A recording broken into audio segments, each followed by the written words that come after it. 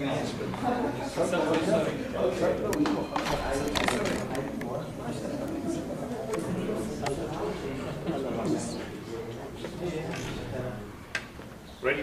Oh. Excuse me, gentlemen. Well, on behalf of the Linguistic Research Center of the King Khalid University, I welcome everybody, and especially our Vice Dean and all our honorable colleagues. This is another episode for the presentations that we started in forms of seminars. 3 great speakers have already passed their ideas and shared few valuable things. Today we have Honorable Brother Eyhab, and he is going to present on a topic that is synonymy of words. Well, he is going to present what it is all about and what are the pros and cons of it.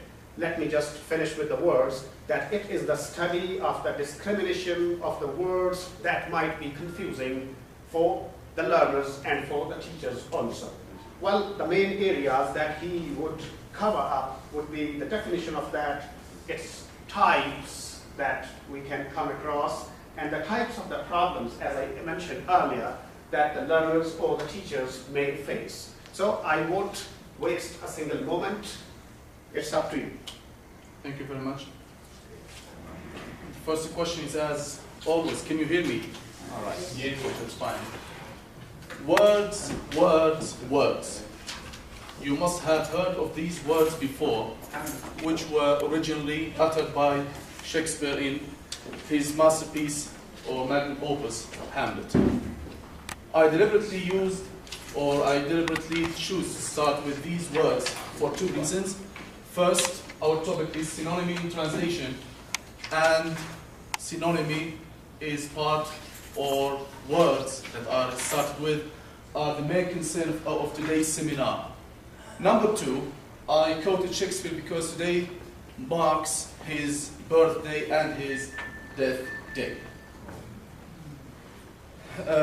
In today's seminar, I'm going to investigate and wade through and dive into the linguistic, intricate phenomenon of synonymy, and I'm going to examine its problematic issue in relation to translation. Since dawn of history, man has been interested in synonyms, and since writing came into existence. And you might be surprised to see that first, the subtopics of today's seminar will start with definition, types, problems faced, and then I'm going to set examples in English, Arabic, and Arabic, English. And at the end, as usual, I'm going to be ready for any questions. As you see in this picture, this has been taken from ancient Iraq, about 3,000 years ago, and it is a list of synonyms. And this shows man's interest in synonyms since dawn of history. Now, we also know, and translators in particular, know that synonyms as a topic has been a bone of contention, and linguists, even translators, have been torn apart between those who support and those who are against the existence of this phenomenon. Now, as a meaning or as a definition, we have the most important 2 definitions given by Palmer, 1976, in his seminal book Semantics, and he says that synonymy is sameness of meaning. Roughly speaking, sameness of meaning as 12. Now, the second one is given by Lyons, a professor at the university at my alma mater, from which I graduated, and he said it is lexical items with the same sense, provided that, so he set a condition that in which we can use synonyms and we can say that words, or these 2 words or more words, are synonymous with one another. Let's say this condition: they should be substitutable in the same utterance without affecting their conceptual meaning. So we can take one word and replace it with another word without any effect in the meaning or in the semantic message conveyed in that utterance. To explain and explicate that topic, let's see these sentences. Are the verbs find and discover interchangeably synonymous in two different contexts? Let's see. I found the boys hiding in the shed. I discovered the boys hiding in the shed. In this particular context, these two verbs are synonymous to a large extent. They have the same idea of getting something out, which is noticing or finding that those boys were hiding in the shed. Let's have a pair of sentences. Sir Alexander Fleming discovered penicillin in 1928. But Sir Alexander Fleming found penicillin in 1928.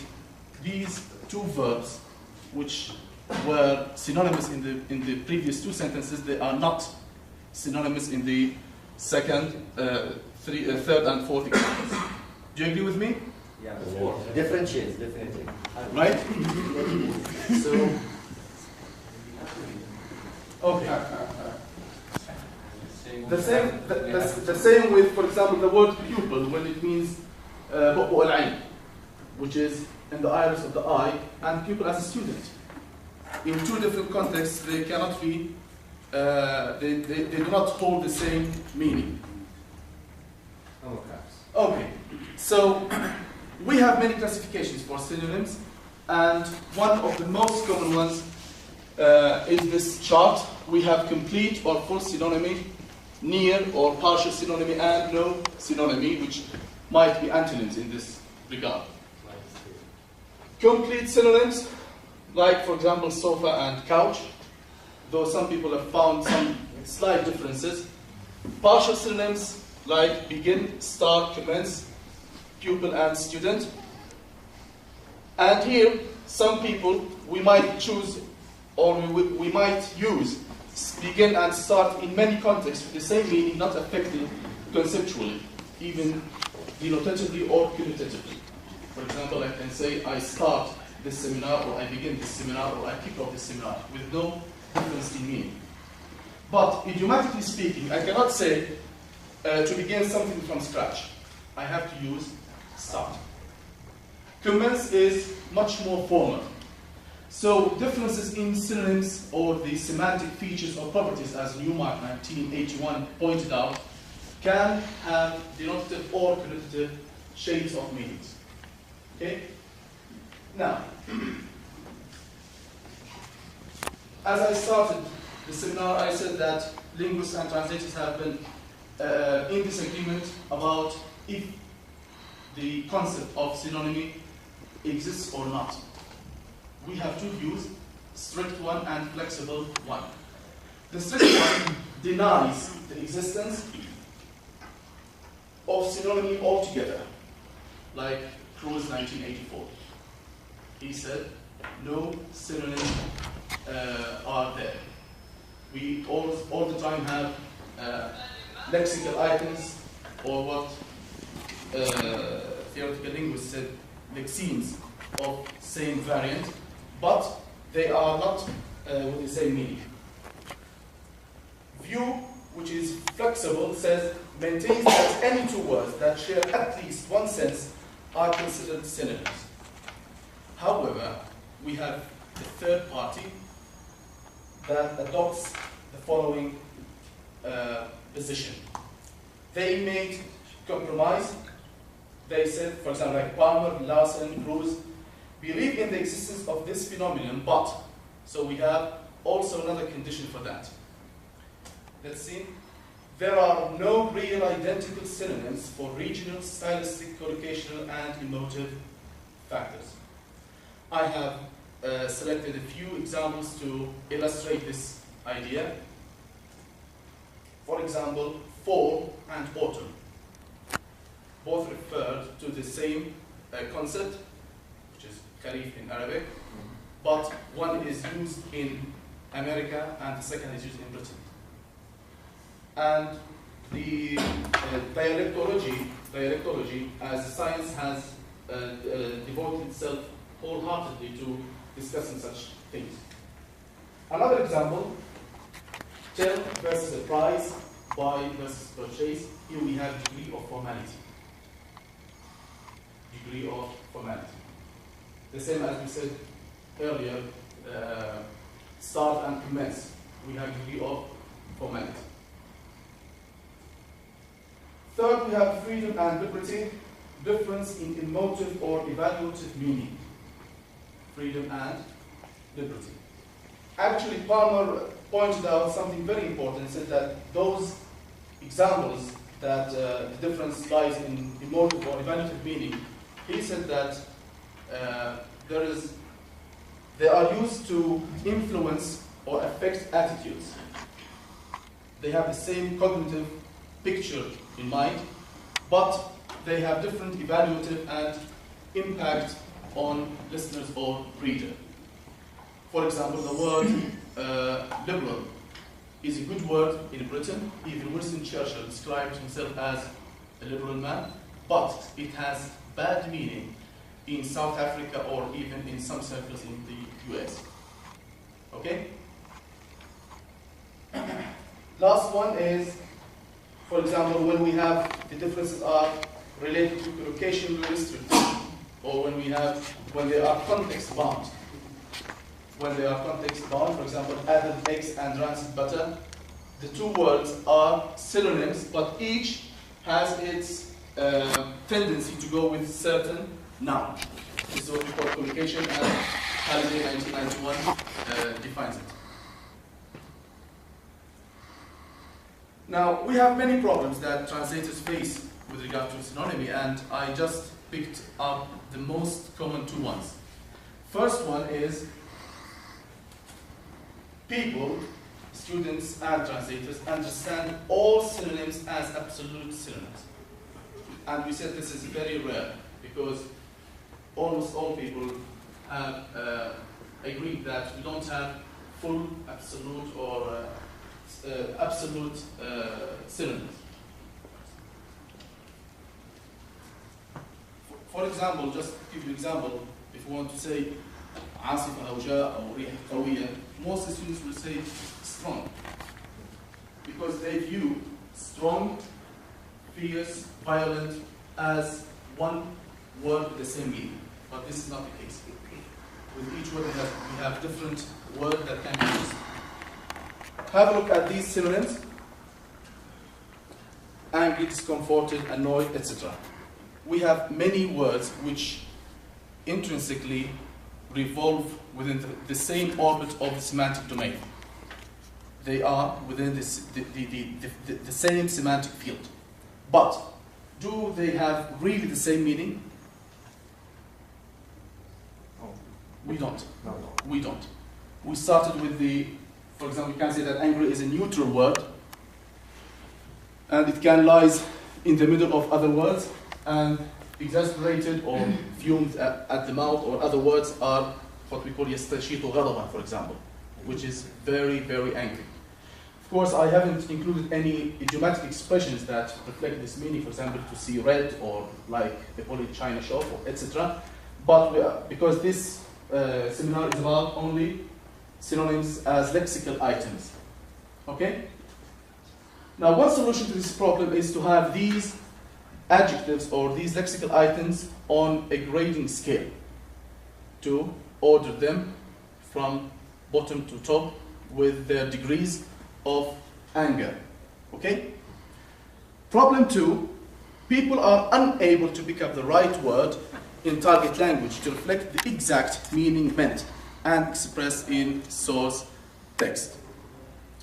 Now we will have a tour together and see how much we can pick up the right word, because we know that translation should be or must be faithful, and translation cannot be faithful unless you pick up the right word in the right context.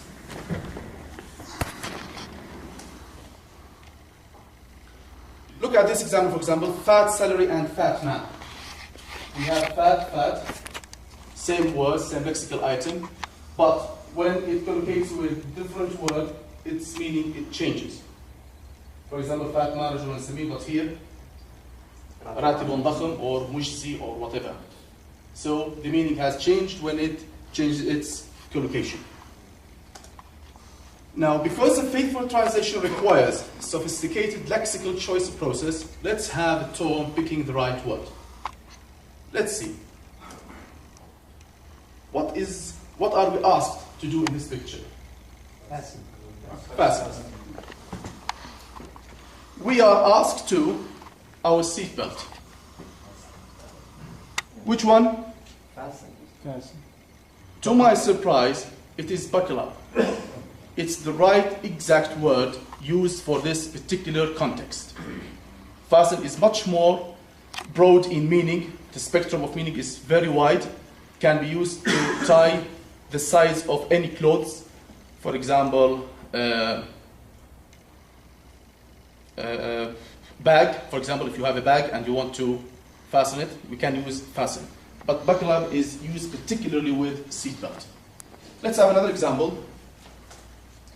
In one session of the United Nations Security Council, former Secretary of State Hillary Clinton was caught. What do you think?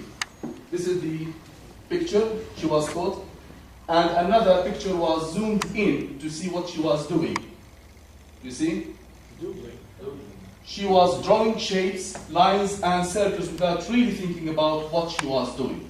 What do you think she was doing? What do you think she was caught doing? Was she sketching, scribbling, drawing, or tracing? Scribbling. Well, Doodles. doodling. She was doodling. Because the connotative meaning carried by doodling is without really thinking about what she was doing. Sketching is used especially with the children. And it's used humorously with children. Okay? Sorry about scribbling. While sketching and drawing, there is an intentional factor. Also wasting public money. Wasting public money. Squandering. That would take care behind bars. And you are responsible for that. Okay. What happened here? She, the sheriff, did she burn, singe, burn down, or incinerate? Ruined. Ruined. What about damaged? No. Let's see. Damage no. She is scorched. She scorched. Okay? Burn is a very general word that's used to refer to any Flame. flame effect. Burn of house, burn of carpet, burn of whatever. Singe is used especially with wool and hair. Burn down. This down is considered to be an intensifier to say that something has been burnt completely. And incinerate is used to mean to get rid of things that you don't want. Clothes, chairs, whatever. Itlaf. The last example here is what is the little child doing? The child is crying, sniveling, weeping, or whimpering. Screaming, shouting, screaming for ice creaming. What else? Can we say he's shrieking? A sign of crying. A sign of crying. So the spectrum of semantics is very After wide. you cry a period of time. Let's see. He's bawling. He's bawling. We use this particular lexical item to reflect the meaning of crying noisily, and especially with the children, or alternatively with people that we don't care about. Okay? Now, we will go to Arabic English example. The number of refugees from Syria may triple this year if the conflict doesn't end. Now, I got these examples from my own class, and I got the result from my students' work. Let's see. 97% of my students translated the above phrase in yellow as follows. عدد اللاجئين السوريين. Do you think this is accurate? precise? This means that all refugees coming from Syria are Syrians. Yes. While in fact, we have Jordanians, Lebanese, Iraqis, whatever. Yeah. Change of structure. One possible better way is to say عدد اللاجئين القادمين من سوريا. In this way we have been more faithful to the original text. Okay? Another example, officials blame rebels for the attack. Unfortunately, no student in my 3 classes succeeded in getting the right target language equivalence. They all use the sense of lama. Okay? But the right intended meaning here is حمل مسؤولون الثوار مسؤولية الهجوم. It has nothing to do with يلوم. Okay? Now, the last example that I have, which is interesting enough, and it's from the Holy Quran. وأصبح فؤاد أم موسى فارغا حتى نهاية الآية لتكون من المؤمنين. Now, the surprising thing here, it's really astounding. King Fahad's complex for translating and publishing the Holy Quran could not capture the semantic connotative features of the above 2 seemingly synonymous lexical items. Okay? It's based on the translation of your In the same Quranic verse, we have 2 synonymous words, fu'ad and qalb. And I think all people believe that they have the same meaning, and we can use them interchangeably. Right? They are different. But we know that the Holy Quran style is not characterized by being a repetitive style. Right? What do you think the difference is between fu'ad and qalb? Yeah. Do you want answers or? Yes, please, please. I believe, second qalb is the actual heart, but fu'ad, whatever comes around, surrounded that part of flesh. Is it lungs? No, not to see. When you say Be the side brain. something, when you say fu'ad, it doesn't mean exactly that part of the heart. Yes. Something related to your emotions, something related to your, hints. Sentiments. Function of the heart. Heart is that materialistic. Okay. What else? Flesh. Thanks, Dr. Atif. Yes. Any other suggestion? The first one can be epicardium. Okay. Pericardium. And the second? Yes, Doctor. No, the first one is the figurative sense of heart. Yeah. The second one is the real heart. This is what That's what Dr. Atif meant. Yes. Okay. Okay. تبقى تمام؟ تمام. حبيبي بن أوس. Okay. Anyway, now in King Fahad's complex and even many others, by that of Arbery or Pickthall, etc., they all couldn't capture the meaning intended, or they couldn't convey the semantic intended message. And in their translation we have 2 hearts, heart and heart. Actually, and here I would like to explain it in Arabic, the word fu'ad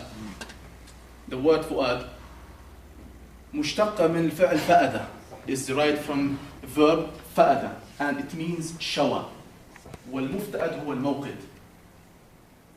And whenever we use fu'ad, we have great anxiety.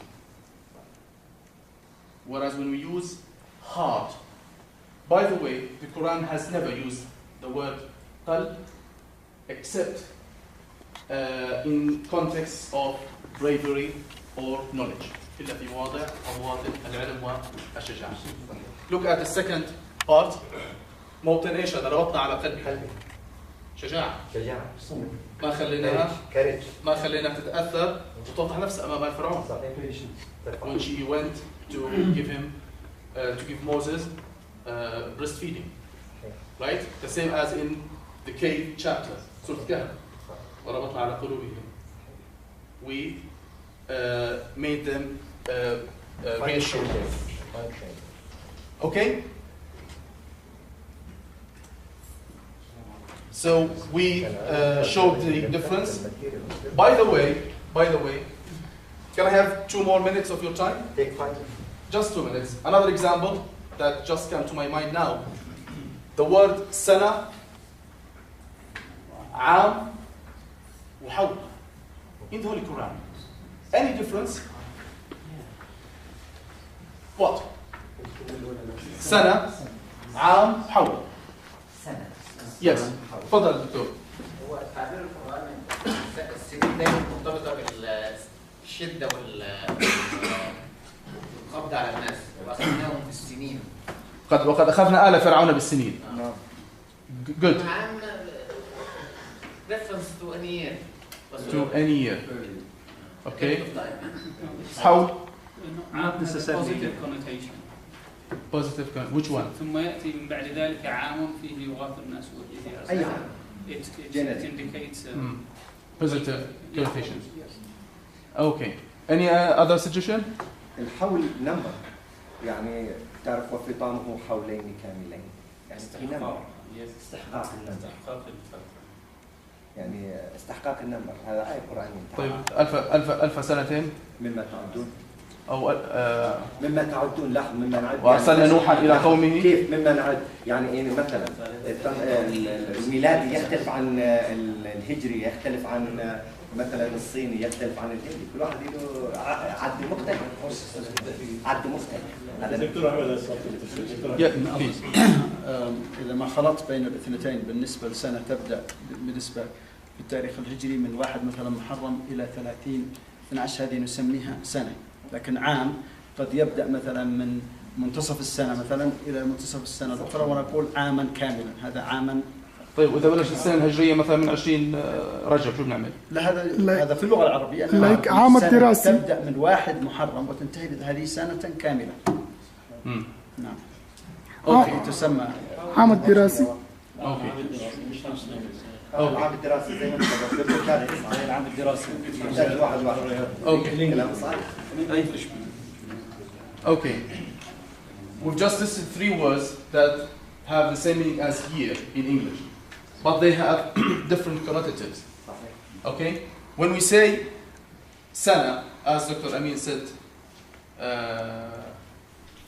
all the time, sana, the use of sana in the Holy Quran has been associated with hardships and calamities, catastrophes.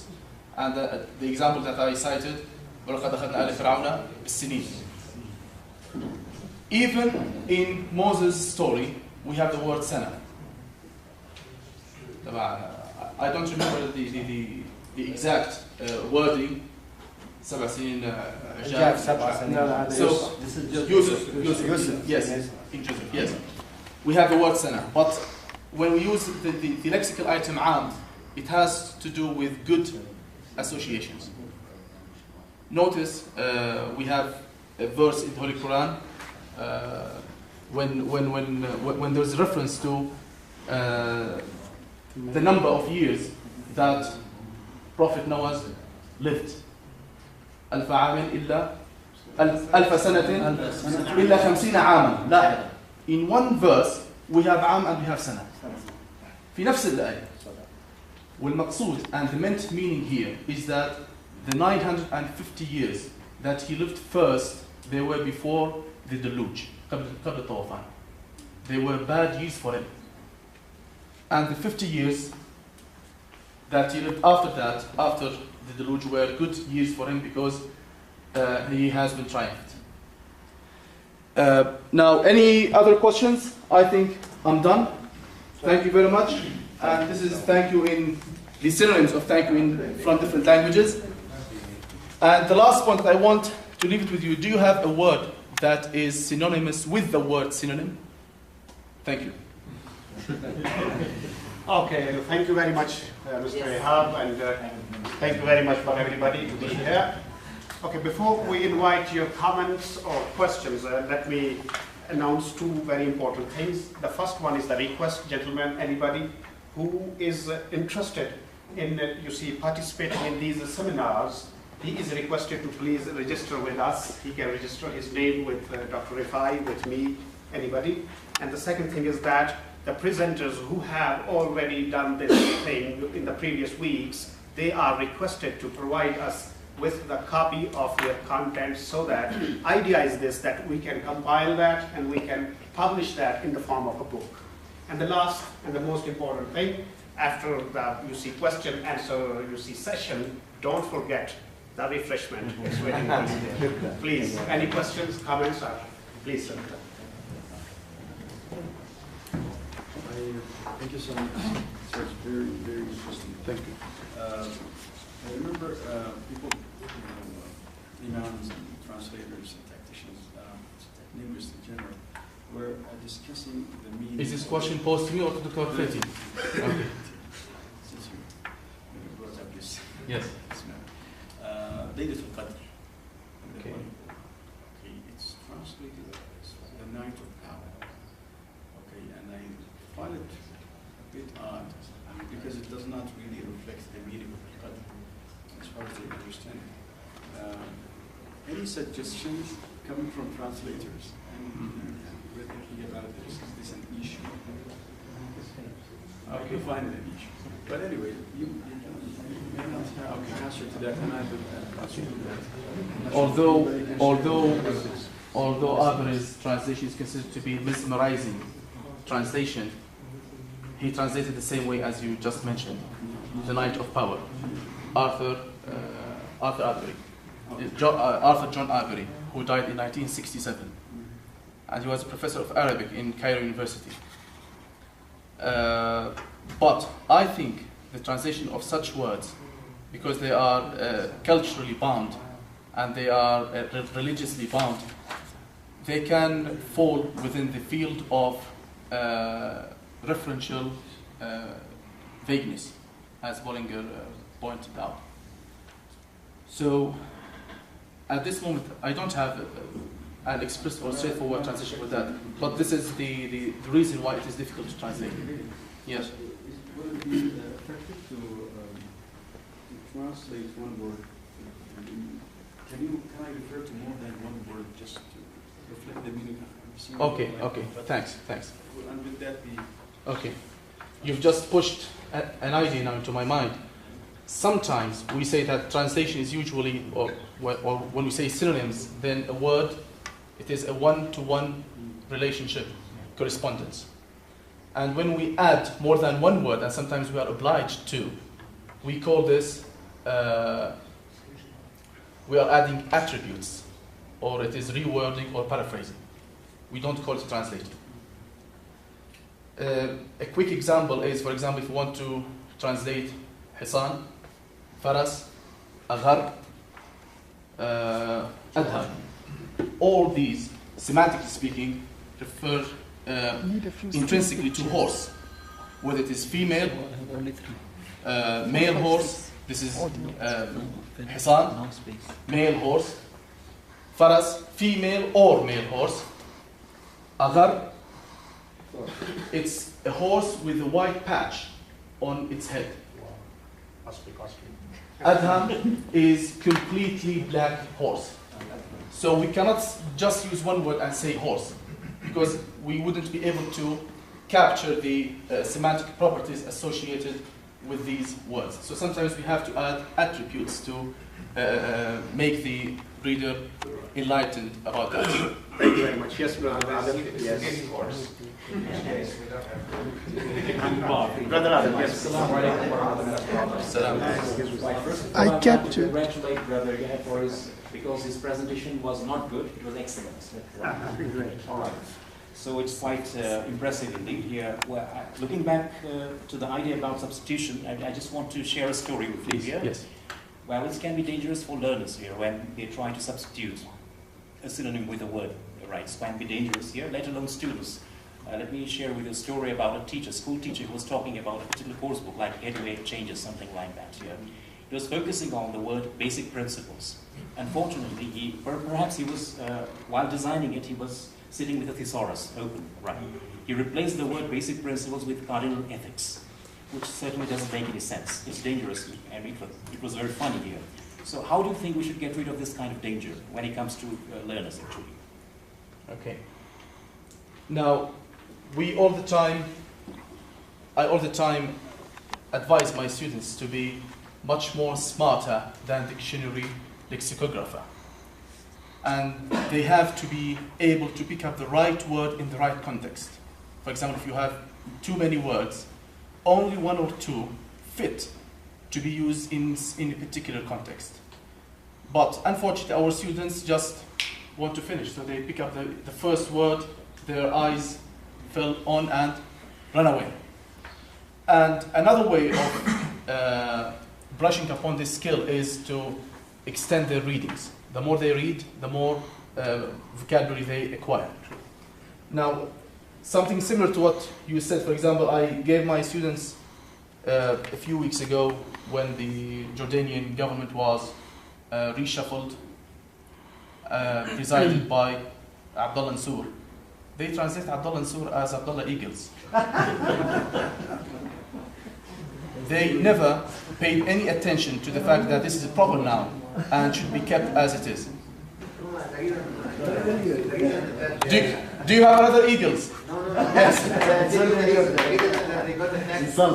They put it in Google Translate or any other dictionary online. Very significant. And they got it like this because dictionaries cannot discriminate between names, proper names. Was the dictionary? No, Arabic. رئيس مجلس الوزراء عبد الله نسور.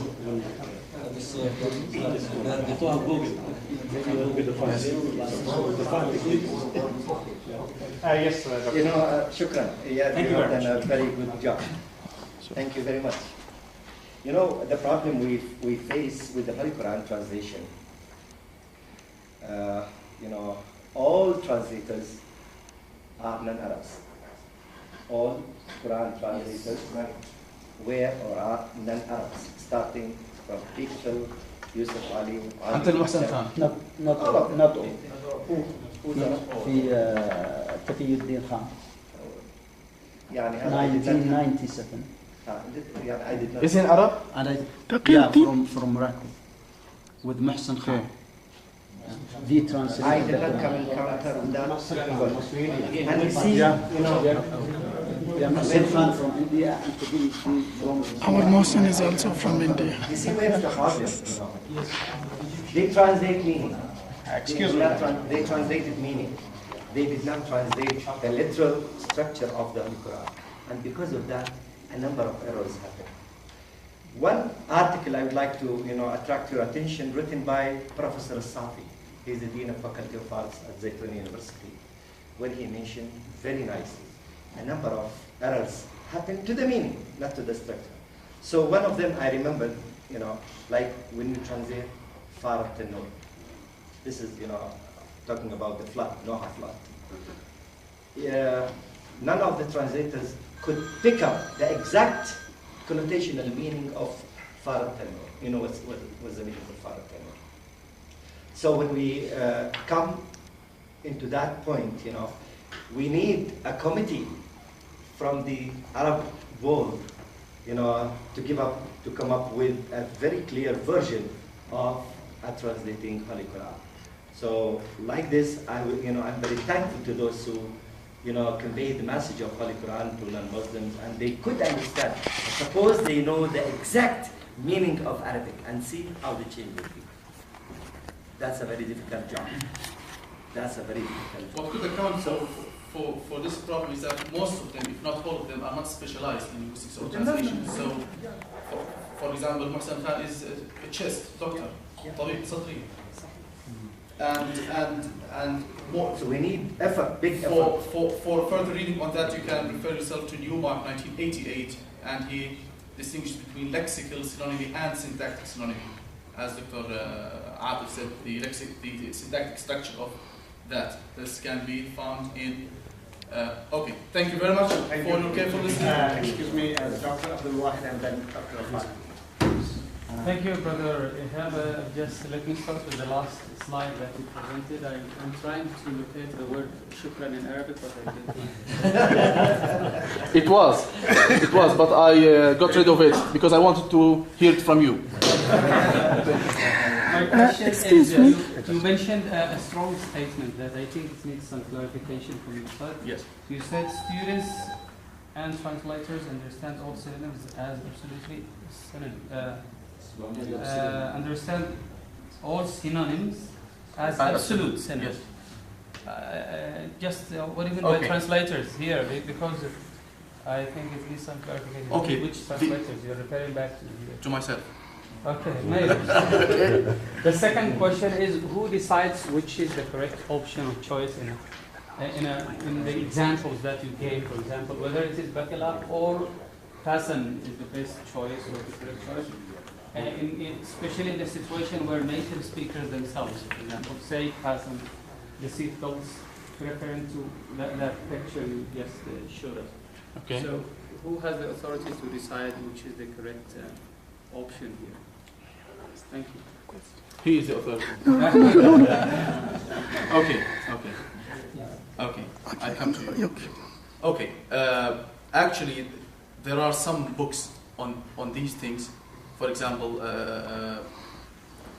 Longman Activator has mentioned that. Words by David Christie, 1997, in his about 300-page book.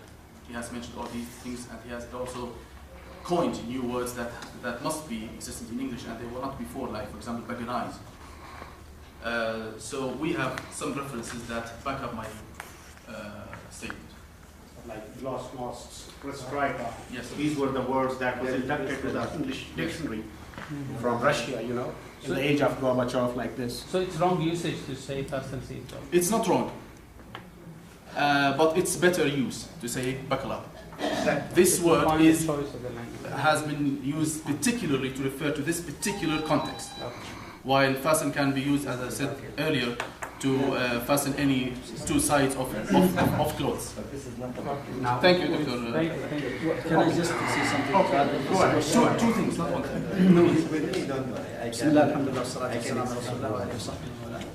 Thank you for your presentation. Regarding what you have mentioned, how to decide upon the right meaning, translation theorists said that translation is a decision making, so you have to decide. NIDA defined translation as to reproduce in the target language the closest natural meaning. So you have to decide upon the right and closest natural meaning. This is something that you can decide from your own experience in both languages. Another thing that this is part of NIDA's 1964 and NIDA and Taper 1968, and he called that formal correspondence or functional equivalence. Yeah. You have mentioned at the beginning some definitions that regarding sameness of meaning, and then later you said complete synonymous words, and you have quoted sofa and couch. Yes. I believe that one of them is longer than the other. We can see that no absolute synonym in all languages. Okay. But in translation, we have to search for, as we have mentioned the definition, the closest natural equivalent. Right. And we can we level the differences between synonymous words. Yes, there are problematic areas in translation, but we can maybe level them into different levels to choose the right equivalent meaning in translation. I think that we were waiting for the solutions to overcome the problem of synonymous words. We invite Eyhab one more time. Maybe in another Dr. Mehayda, please. Yeah. It's a very interesting presentation again, and congratulations on that. I would like to draw attention to a nice paradox, an interesting paradox. According to some authors, translation is synonymous with synonymy itself. This would be some sort of synonymy across. This has been opposed to by Newmark 1981. Yes, definitely, definitely. And he gives another meaning to synonymy. He advises against abusing synonymy, making too much of it. That's a sign of poor translation, I think he says here. Right. Referring back to two examples of yours in I, for one, use componential analysis, not in its very pretentious form, but under the form of semantic traits, with the square brackets and pluses and minuses. Starting with scribble, for instance. You have like a nuclear term, which is right, to which you add some semantic trait, some semantic property, and that would be, as far as I remember, writing something fast and carelessly. Now, if you move on to doodle, a definition would be meaningless scribbles. So now we know why the two are not interchangeable. This is because dictionary of synonyms are very lavish, they're very generous in offering synonymic series. And why do they take all this for complete synonyms rather than mere or partial synonyms? Students, that is. It's very easy, because you have the dictionary. You just show your teacher, your translator, supervisor or something, it's here. What more do you want? Finding fault with synonymy is not to their heart's content. This is why, perhaps. Thank you very much. Thank you. Thank you very much. Yes, Dr. Sullivan, please. 1 minute? Sure. Take 1.5. No problem. Okay, thank you. Congrats on your presentation. It's over. You've said very much, and I would like to expand on why we don't have absolute synonymy. There was an explanation given by Professor Roger Laas in 1996. He used a brief, very brief expression. He called it mind shuns purposeless variety, MSPV principle. And he gives an explanation which ties us down to what we call psycholinguistics, because our mind stores lexemes, right, and grams, and there is one place for one, let's say, one unit. We can't have two units occupying the same place. It's like physics here.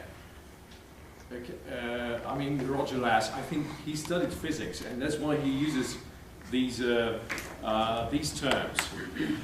That's why we can't have two words meaning exactly the same thing. There is bound, a differentiation is bound to surface. Elias 2001 said that there's the reason because we don't have absolute synonyms is that there is no need for more than one word to express the same idea. Of course, there's no need. And the existence of these goes back to they are either Norman or Saxon-derived words. And with regard to the storing of words in mind, I just remembered Ogden and Richards, 1923, about their semiotic triangle. Yes. Thank you very much. Well, thank you. Yes, Dr. Rifai, for the final words. Yes, please. Go ahead. Yes, I want to add that we have come to understand that Could you please turn up your voice? Because it hasn't proved possible to translate from one language to another with really satisfactory result. And the most important thing in the field of translation is the meaning. Because languages differ, and differ most of all in the grammatical structure. That's why we study grammar. We study the grammar to look for the complexity of a language. In the central part of the language, it is grammar. So, to translate from one language to another, you are in need of mastering both. Exactly. Not to know the language or to speak the language, but we must know. Exactly. So that's why some people can translate, but simultaneous translation, it looks difficult for most people. It involves other layers of understanding language and comprehending language. Yes. Yes, Dr. Kazim, please. Yes, thank you. I thank you, Mr. Eyhab, for the presentation. And I'd like to add something to what you mentioned about the classification of the concept of synonyms.